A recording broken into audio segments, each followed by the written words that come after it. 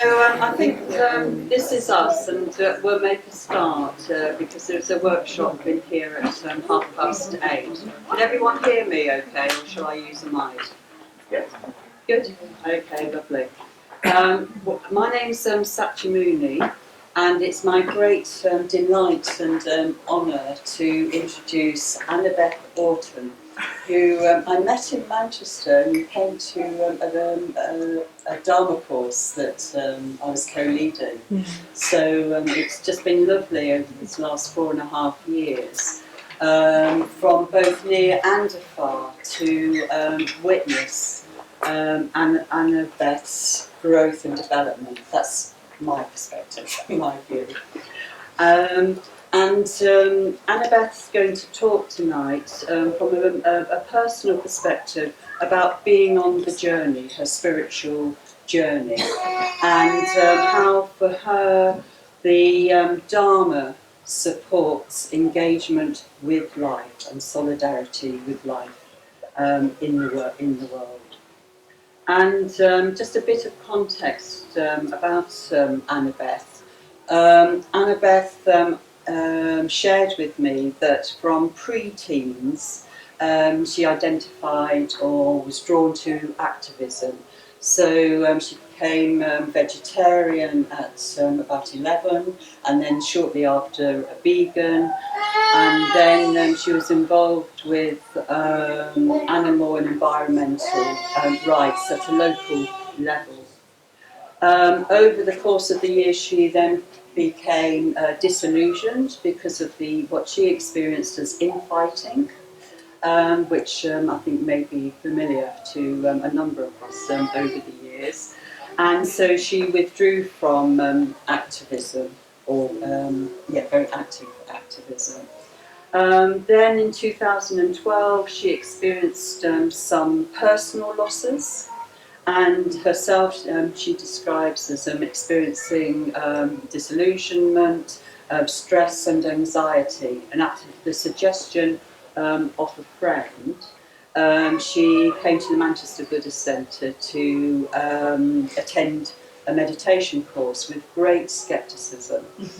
And then she followed that, obviously suspending doubt enough to engage with Dharma teaching. And by the end of, so that was in 2015, so by the end of 2015, she'd resigned from her work as an art teacher, and she applied to join a Dharma project, which Shapyajata at Manchester leads, or co-leads, which is Young Indian Futures. So she went to India for 6 months teaching. While she was there, she then applied to join what's called the Dharma Life course at Adhisthana, which is an intensive 5-month Dharma teaching and practice course for what are called young people. So I think that's either under 40 or under 35. And we have someone else here in this room who was there this year, which we have the pleasure of meeting. And while she applied to do that course, she then also applied to be part of the community at Taraloka, which is a women's retreat centre. So after completing the Dharma Life course, which is an intensive practice, she was accepted into the community at Taraloka and joining a community so that there are 10 women who study, practice and support and lead retreats for people who may identify as Buddhist, or people who are training for ordination, or who are friends of our movement. So what I've witnessed is sort of what I call total immersion in the spiritual life. And I was really struck that Annabeth said that one of the reasons she wants to give talks is to share that this is not a straightforward process. It's a very messy process. And yet it's a very rich process, and can possibly it's been fuel for your own development and growth, and she just wants to, not just, but would really just like to share some of her experiences and tensions and challenges, as well as the fruits of spiritual life. I hope that's... Yeah. Thank you. Wow. So Annabeth will talk for about half an hour, and there will be some time for question and answers. Yep. And then tomorrow you also are leading a workshop on reflections on the talk. Yep. If anyone wants to join her at 10 o'clock in Workspace 2 tomorrow morning. Thanks. Thank you. Gosh, it's quite a thing to hear all that. Like, oh yeah, that happened. So that's also knocked out my first paragraph. Great. So yeah, my name's Annabeth. Hello, and I'm currently living in the community at Taraloka on the Welsh borders. And I was really keen to be here and to talk about evolution and extinction, not just because that was the theme of the year, which was uncannily sort of on topic, but because I can't think of a single more important thing to talk about in my sphere of awareness right now. And that's not just for me or the people that I regularly interact with, or even our species, but for the whole of life generally.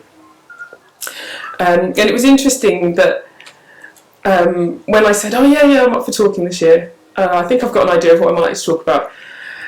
And then I saw the topic came out, and it was like, I'm really interested in the ideas around extinction, and I'm really interested in ideas around evolution.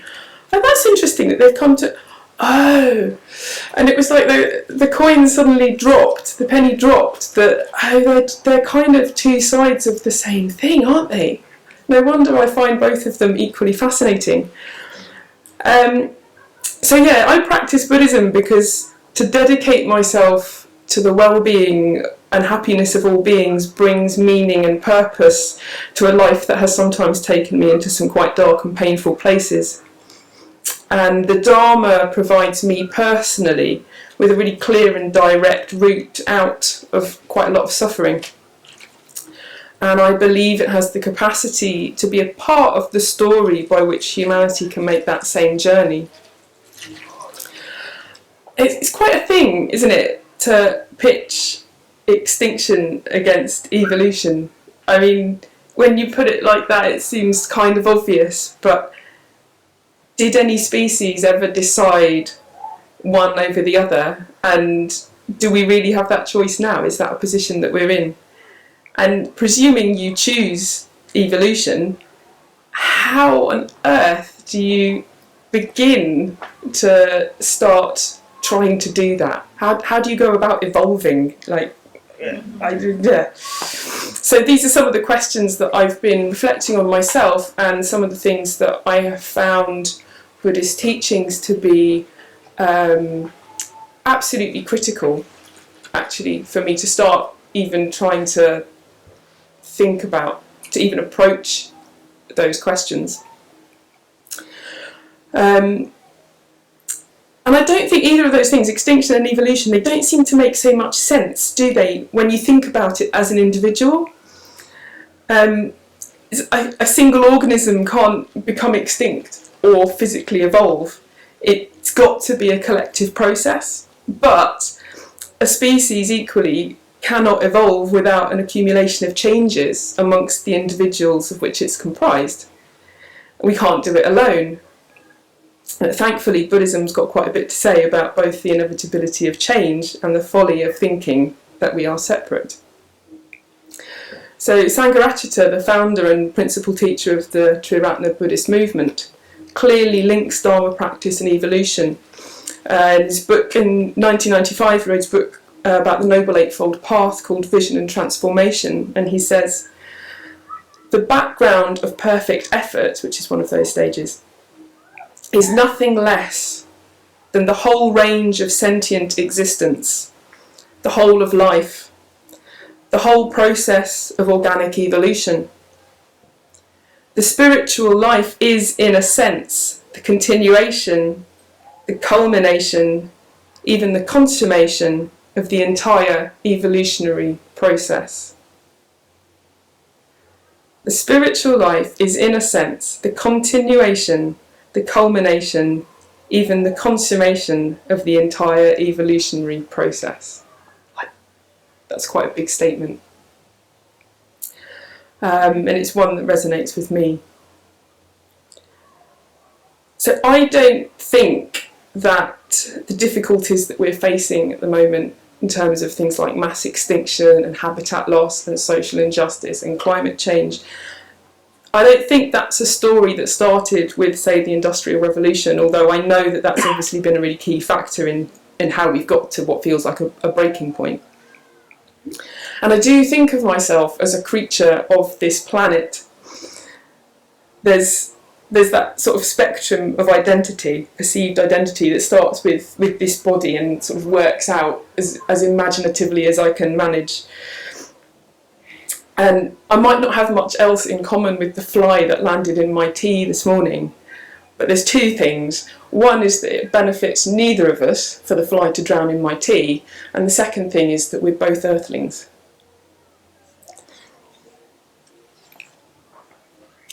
So the TV in my community doesn't really get much use, but recently somebody suggested that we watch the first episode of a new BBC series called The Planets. I don't know if anyone saw that. David Attenborough? No. Yes, Brian Cox. I've had a long-standing interest in astronomy, so I was really up for that. But despite the knowledge that I thought I already had, it really excited me. It kind of blew me away a bit. And it focused on a presentation of how the terrestrial planets, so that's the first four from the Sun, Mercury, Venus, Earth and Mars, have all been through various stages of physical process in relation to the lifetime of the solar system that have rendered them more or less able to support life. And I'd really recommend watching it if you feel you need reminding just how staggeringly unlikely it is that you even exist in a world where it was made for you to decide whether or not you want to watch it. So the Earth got lucky, we got lucky, but of course the story doesn't end there. And the same process that gave rise to life existing on this planet is still unfolding. So in about 5 billion years, according to current astronomical understanding, the Sun will expand, I think something to do with the process of running out of fuel, and it will become a red giant. And by another 2.5 billion years after that, it will have swollen to the point where its diameter exceeds the orbital path of the planet Earth. So that, of course, pretty much wraps it up for life, for the Earthlings, like way before it even gets to that stage. So that which gives us life will ultimately take it away. But that's not the end of the story either. So the satellites of the outer planets, the satellites of the gas giants that are currently frozen, throughout that process will eventually stop hanging about in the shadows, and they'll get invited in to join the dance, in a sense that they will then begin warming up, and it's feasible that they could then end up harbouring the conditions for life to arise there. Which I just think's staggering. It's brilliant. It's not brilliant. So we've got this precious Earth that's seemingly so solid and so stable and so reliable, and it's got this built-in shelf life. It's not going to go on forever. No matter what we do now, no matter what happens now, that process is, as we speak, unfolding, and it's going to culminate in the end of all that we know of as home, and all that we are as people who are concerned about these things, so desperately trying to preserve. And I think it's worth just noticing how that feels, because I know that when we watched that collectively in the community, we all responded to it very differently, but we all responded to it. It's quite a thing.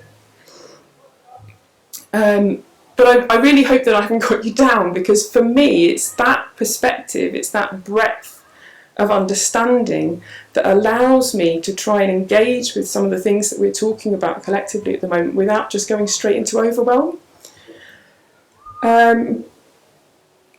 It's species do come into being and then they fall away. And sometimes for a species to come into being, another one has to already have been and gone. And extinctions happen, and climates change, and planets form and are broken down, and entire solar systems come into being and pass away again, like a really slow motion raindrop in a puddle. And that's got absolutely nothing to do with human activity. So Buddhism places these cosmological processes in a still wider context of the kalpa, or the eon, which is considered to be the time it takes for an entire world system to come into being and then pass away again. And that's a really long time. Like, you might think waiting for the bell to go at the end of meditation is a long time, but some sources that I looked at reckon that the longest kalpas can be 1 trillion years. And then there's all these sort of poetic analogies for how many of those have already happened, like counting the number of grains of sand in the Ganges, and it still wouldn't be a big enough number. So you can see that the context of our experience, if you can try and engage with it in those terms, is just beyond vast. But I'm not about to come out as a climate apathist or a rampant nihilist who doesn't think we need to bother because in 5 billion years we won't be here anyway. I suppose to me, our time on this planet, both individually and collectively, is so precious precisely because it is so short. And when time is that short, it becomes very important to think extremely carefully about how we want to use it. One classic bit of Buddhist teaching that I'm sure we've all heard, if we've been here for any length of time already, talks about the need for wisdom and compassion. And I think for me that's exactly where I begin to seek a balance between them in my actual daily life. So the destination may ultimately look the same. The human race, in the biggest possible picture that my mind can sometimes handle, is going to become extinct. But we don't have to take a shortcut to get there.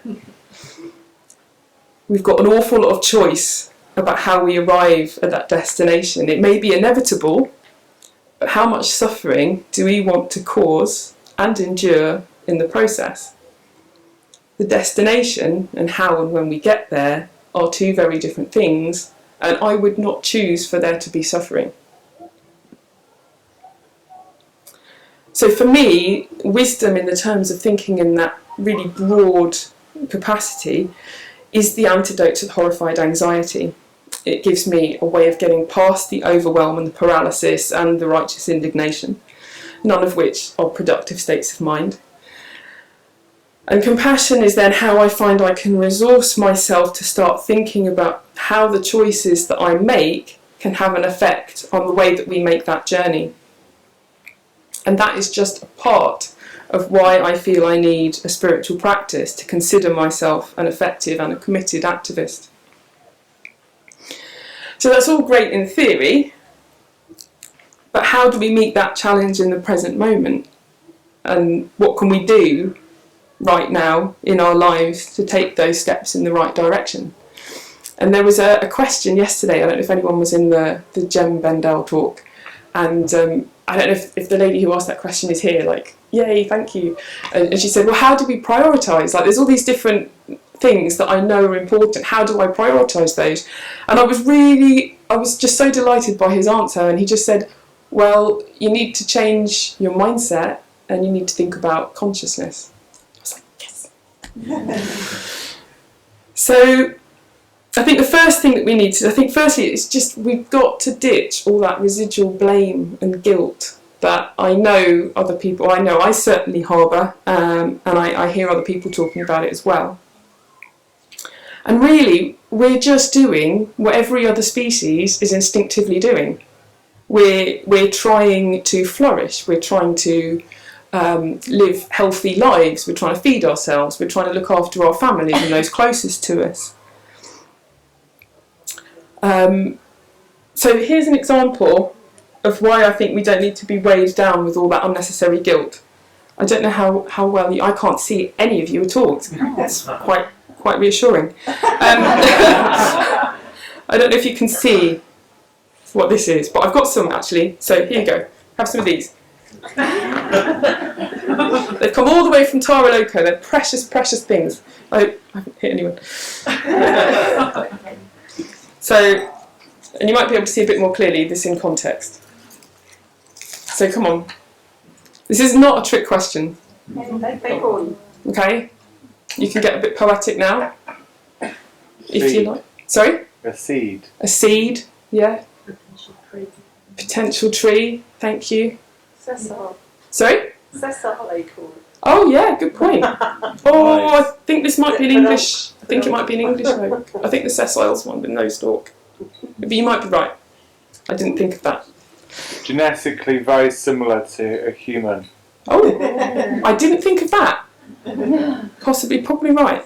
Okay, but did anyone think, well, that's just a shit oak tree?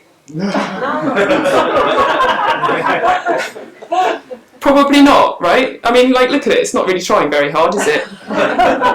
It hasn't bothered with roots. It's clearly not putting any effort into branches. It's just a lazy, apathetic shit oak tree.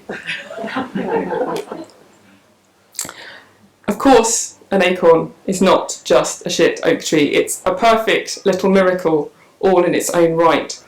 But that doesn't mean it hasn't got a long way to go. It's going to be a painstaking process, and it's going to require a lot of all the right conditions, but one cell at a time, it can grow into a mighty oak that can in turn give forth to enough trees to seed a vast forest. So there's nothing inherently wrong with where we are.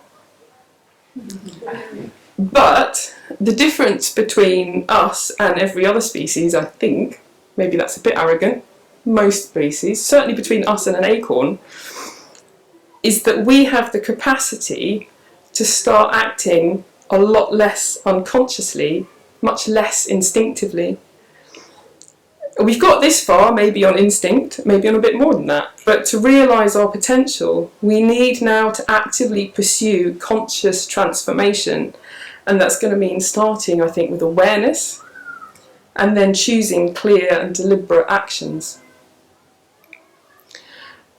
So to change something, you've got to first be aware that it needs changing and then take action, often plural, sometimes very small and subtle, sometimes vast and sweeping and dramatic.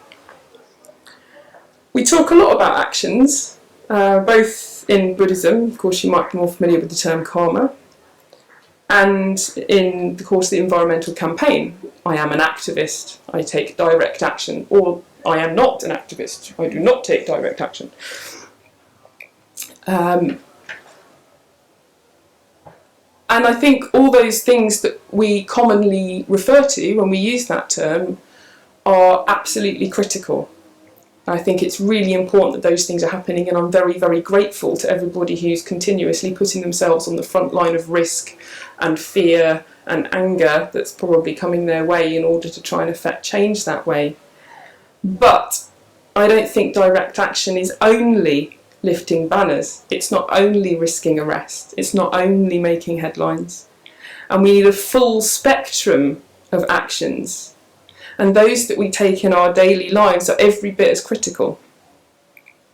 Choosing to stop buying imported tropical fruit is direct action. Choosing to reduce your purchasing of single-use plastics is direct action. Choosing alternative travel to flight, even in one direction on your journey, is direct action. These apparently small and trivial acts that it's very easy to believe make no difference against the rising tide mainstream of mass consumption are cumulative, just as an oak tree grows cell by cell, and just like tiny changes in individual organisms which over generations result in evolutions of species. So to do such acts of considerate awareness build up to create real change. I don't think it has to take so long, and I don't think it has to necessitate huge sacrifices. In fact, I think the actions individuals take that ultimately create the momentum for change in the species are exactly the same as those needed for the healthy growth and development of the individual. That's a bit of a complicated sentence, so I'm going to say it again. I think the actions that individuals take that ultimately create such momentum for positive change in species are exactly the same as those needed for the healthy growth and development of the individual. They're not separate. And these things function on multiple levels of the physical and the mental worlds. Starting with our intentions, becoming more aware is also an action. Changing your mind is changing the world. And we need a transformation of individual minds to achieve a transformation of society. It seems to me that society is not much more than a collection of minds. So where else can meaningful, sustainable change happen, other than in hearts and minds plural? It's not in the halls of power, it's not in policy change, and I don't think it's necessarily in winning individual campaigns either. There's also been a lot of Joanna Macy quotes so far this festival, unsurprisingly. So to stick in that trend, in her 2007 book, World as Lover, World as Self, she points out that the enterprise is so vast. There's no way to judge the effects of this or that individual effort, or the extent to which it makes any difference at all. Once we acknowledge this, we can enjoy the challenge and the adventure. Do our actions make any difference? We can't really know what, if any difference they make. Buddhism teaches not just that all things are interconnected, but that the nature of our interconnectedness is too complex for us to fully understand, pin down, or unravel. An individual organism can never know its place in the evolution of its species. You just can't map it. So that's when I find I need to start using words like trust and faith. I trust that there is a huge power in positive intention. Without it, we'd never make the leap from instinct to awareness, from awareness to action. And in the reality of interconnectedness, that we have no way of truly knowing, every little thing matters. So I need a lot of faith. Faith that my positive intentions have a real role to play in setting up more creative habits, to unfold with my potential into some kind of more compassionate future. And who knows when in the future those differences might be made. Maybe even in the next world system. So, in beginning to form positive intentions, and in beginning to be more conscious and less instinctive, we also need to collaborate globally and not defend our own narrow local interests. At least on that physical, global level, we can't deny our interconnectedness. So we need to act like the evolved, global, developed species we actually already are. We need to step up to and not be afraid of the potential impact of our actions. We can and will make a difference. That much to me seems inevitable. We have a crucial responsibility to decide what kind of difference it is that we make.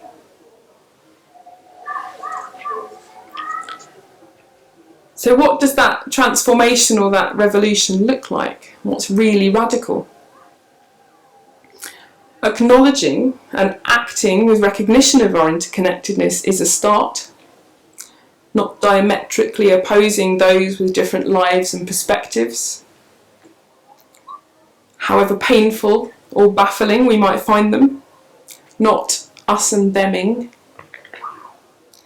It looks like coming back again and again with enough wisdom to hear different opinions and see different needs with respect and curiosity. Meeting greed, hatred and delusion with a contentment to trust in the outcome, with love and with understanding. In his discussion of the first precept of non-harm in the 1984 talk on the 10 precepts, the 10 pillars of Buddhism, Bhante Sangharachita says that love is too weak a word to really describe the positive counterpart to not causing harm. He describes it as a cherishing, protecting, nurturing love, which has the same kind of effect on the spiritual being of others as the light and heat of the sun have on their physical being. And I also believe it's going to require a fearless love. And just as blame and guilt are unproductive, it's helpful to avoid accidentally slipping into ethical superiority. We are all complicit in this situation to a greater or lesser degree, sitting somewhere on the spectrum between amoeba and enlightenment. We're all swayed by our own personal strains of greed, hatred and delusion. I know I am. I'm inherently complicit in it too. But I'm aspirational, and I can bear witness to my own mistakes and failings while I work on living more compassionately, while I learn how to make wiser choices that are more in line with the reality in which I'm not separate, I'm not an isolated being, and while I become less content with merely serving my own desires and more interested in the genuine well-being of others. So, getting towards the end, I'm going to bring out another really worldly daily life example and another topic that we've been researching and mulling over in my community lately. So it turns out that we sadly don't know as much as we'd like to think we do about where our waste goes. And it might not actually get recycled. It might not be a surprise to some of you. I think it was a bit of a surprise to some of us. So a lot of it gets sent overseas. I think I knew that much, but I didn't really know what happened to it there. It often then gets incinerated or dumped into overflowing scrapyards or sent to landfill regardless. And no matter how much care we take to wash, squash and sort it all out, even take it ourselves to the bank, it still gets mixed in with all the other possibly less carefully prepared waste. That might very well mean that it's contaminated and becomes unviable for recycling. Or worse, it gets shipped off to a whole different continent where it'll sit and fester in the middle of a political stalemate or be unsafely sorted by exploited workers. It's all pretty depressing, really. It wasn't what I was thinking of when I was flattening my Tetra Paks. And then one source we saw quoted that just 2% of our waste even goes as far as getting into that unreliable system. So it's pretty tough to stay motivated in the face of that. But does that mean I don't bother to wash, squash and separate, put it all out for collection? Well, I can't possibly know.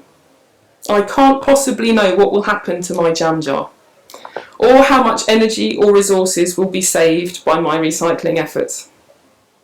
But it is an opportunity to set a good intention. It's an opportunity to carry out a selfless act. Do I wash out the sticky tahini jars with a sense of joy and elation? No. I don't really like tahini. It would be a lot easier to stick the whole thing in the waste, comfortably just telling myself it's probably not going to get recycled anyway and I could do something better with that energy. But what would I be doing to my mind? I'd be becoming slightly more self-interested, slightly less bothered about the potential impact of my actions, And that would in turn affect the others in my community. If I don't bother, why should they? And if we don't bother, why should anyone else? So I truly believe that we have to be the change we want to see in the world.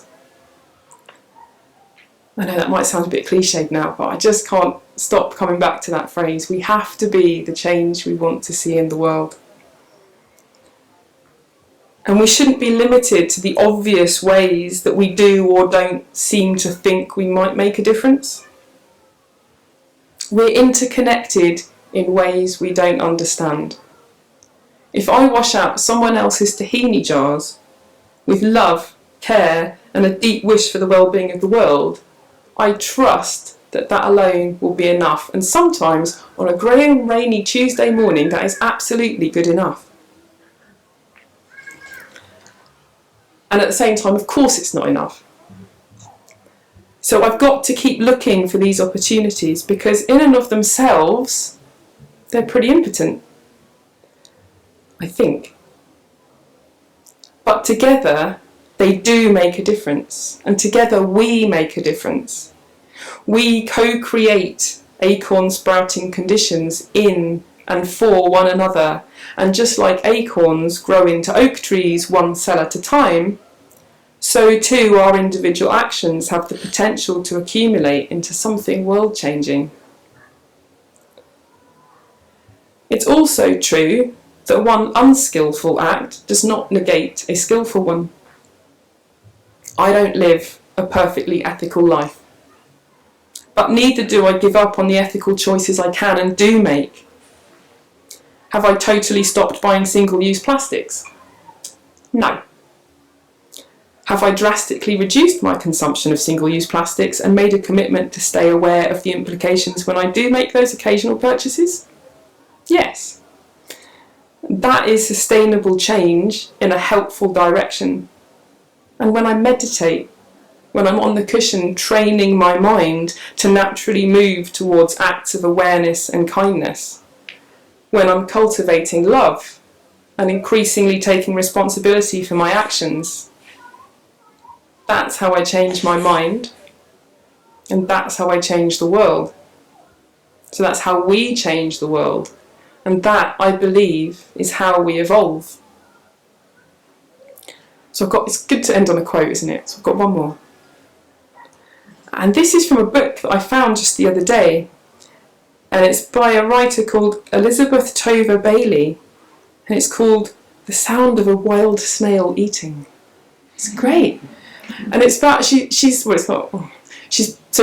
bedbound from illness, and a friend brings in a pot of wild violets from the woodland to put by her bedside, and there's a snail in the pot. And this book is about her developing relationship and increasing intimacy with the life of this snail, and how how she responds to it in relation to her illness. And she says, "While illness keeps me always aware of my mortality, I realise that what matters most is not that I survive, nor even that my species survives, but that life itself continues to evolve. As the Holocene mass extinction rushes on, which species will be left? And what new creatures will evolve that we cannot now imagine? For what creature could ever have imagined us?" I think it'd be really nice to follow what we did yesterday with Jyoti, actually, and just sit for a minute. Shall I read that again? I'll read that again, and then we'll just have a minute of absorption, and then you can let rip with the questions. So this is Elizabeth Tover Bailey. "While illness keeps me always aware of my mortality, I realise that what matters most is not that I survive, nor even that my species survives, but that life itself continues to evolve. As the Holocene mass extinction rushes on, which species will be left? And what new creatures will evolve that we cannot now imagine? For what creature could ever have imagined us?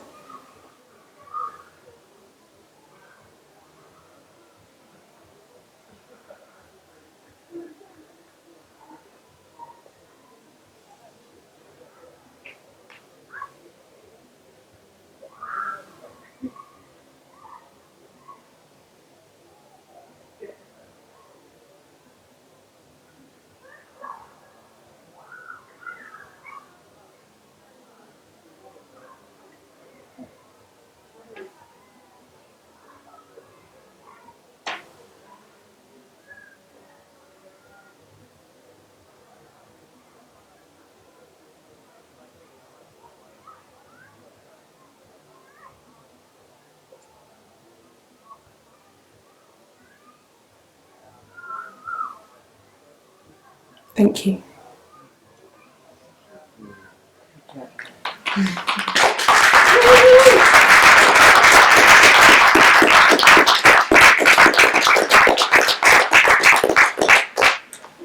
So, because we were a bit late starting, we've got 10 minutes before the next workshop starts. That wasn't deliberately trying to get out of answering questions, but we will have to keep it a bit brief. Is it feasible to take questions or not? There's a sort of vague outline.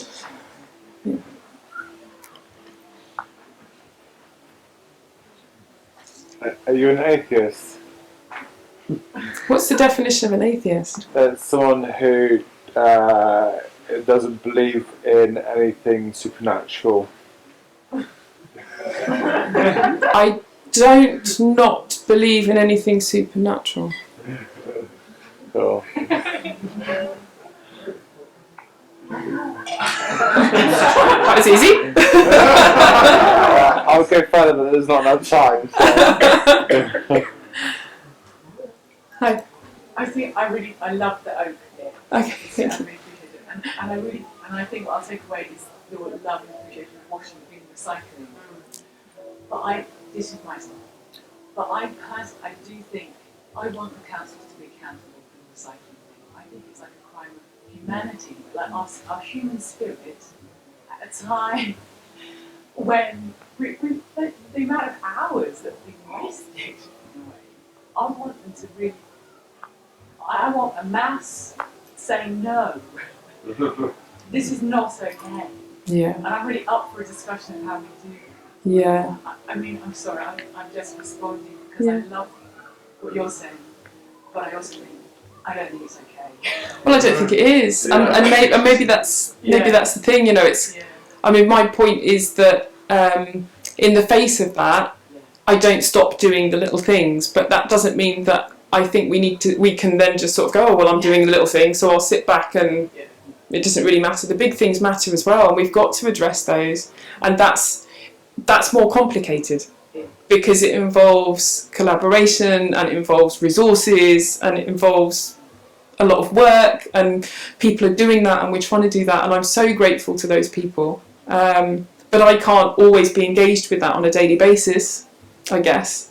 So I suppose that's where I'm coming from. But yeah, of course, yeah. Question, Yeah, not so much a question, but kind of like a response to that as well. And it was to say thank you for.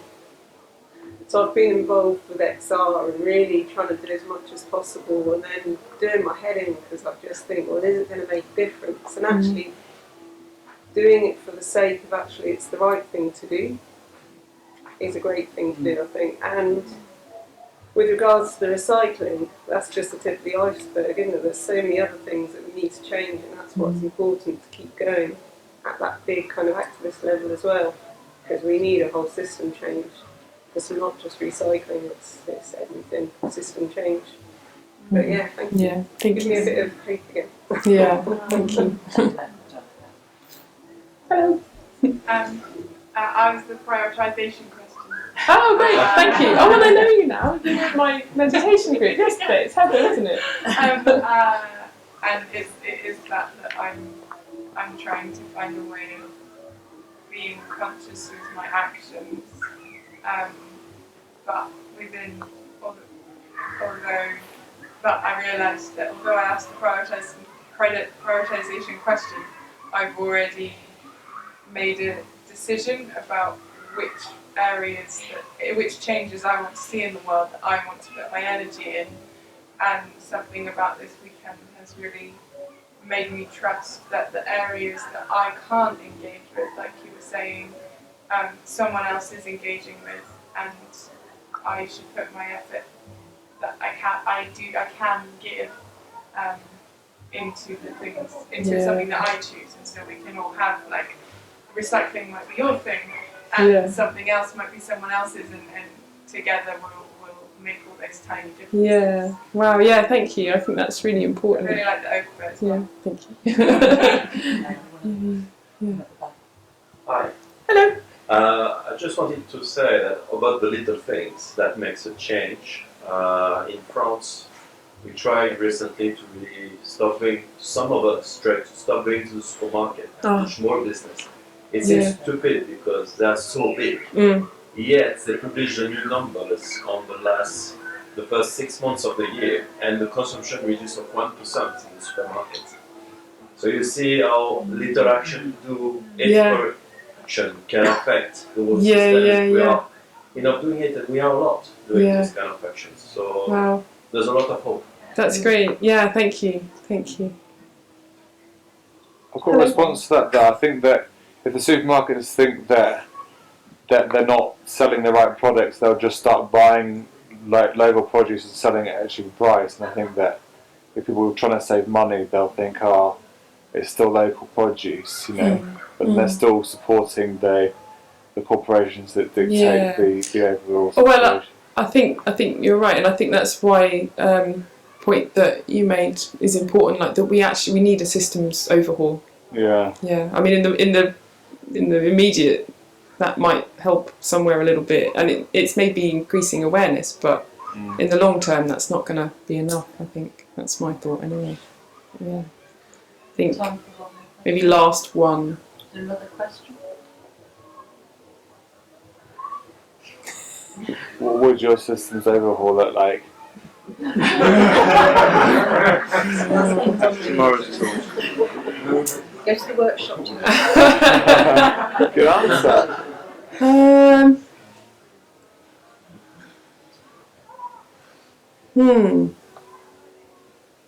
Each individual problem. Yeah, I don't. That's not a question that one person can answer, is it? Because I think we've got to do it collectively. I think that's how that feels.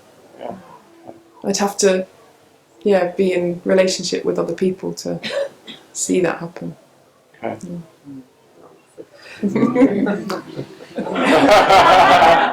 Thank you. Yeah, so thanks once again, Annabeth. Thank you.